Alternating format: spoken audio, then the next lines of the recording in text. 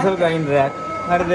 මේකෙන් ඕනම જાතියේ ටූල් එකක් ගන්න වැඩ කොටසක් ගෑම සඳහා භාවිත කරන්න පුළුවන් නිමැදුම් කර ගැනීමට පාවිච්චි කරනවා. මේ තියෙන helix යුනිට් එක.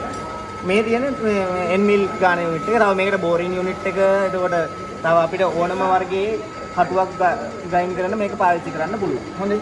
එතකොට මෙතන අපි මේ හයි කරලා තියෙන helix යුනිට් එක.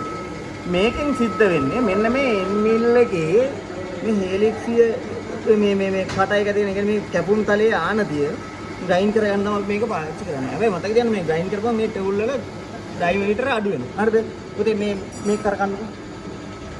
හරි. ඔයාලට පේනවා ඉතින් මේක කරගෙනකොට මේකේ ගමනයක් ඒ කියන්නේ මේක රේඛීයව ගමන් කරන ගමන් මේක එහාට මෙහාට යන ගමන් මේ helix එක කරගෙනවා. ඒතර මේක helix එක කරගෙන අපිට හදලා තියෙන යුනිට් එක තමයි මේ තියෙන්නේ.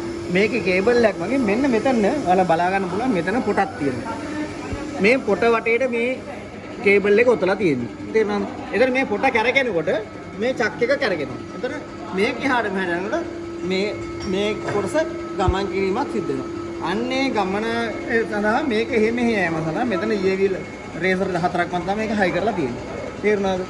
එතකොට මේකෙදි අපිට කරන්නේ මේ අපිට අවශ්‍ය ඇන්ගල්. මෙන්න මේ කොටස් ගානට helix ඇන්ගල් තියෙනවා නම් අපිට දා ගන්නවා. දෙකක් තියෙනවා මේ කොටස් ගාන දෙකෙන් බෙදලා අපිට මේ කට්ටේ දා ගන්න පුළුවන්.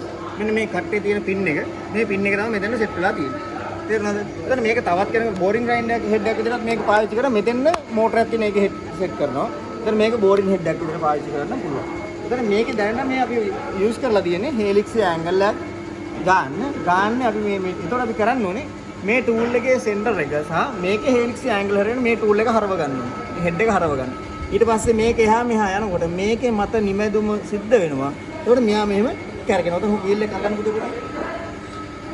හරි. ඔන්න. මෙන්න මෙහෙම තමයි helix එක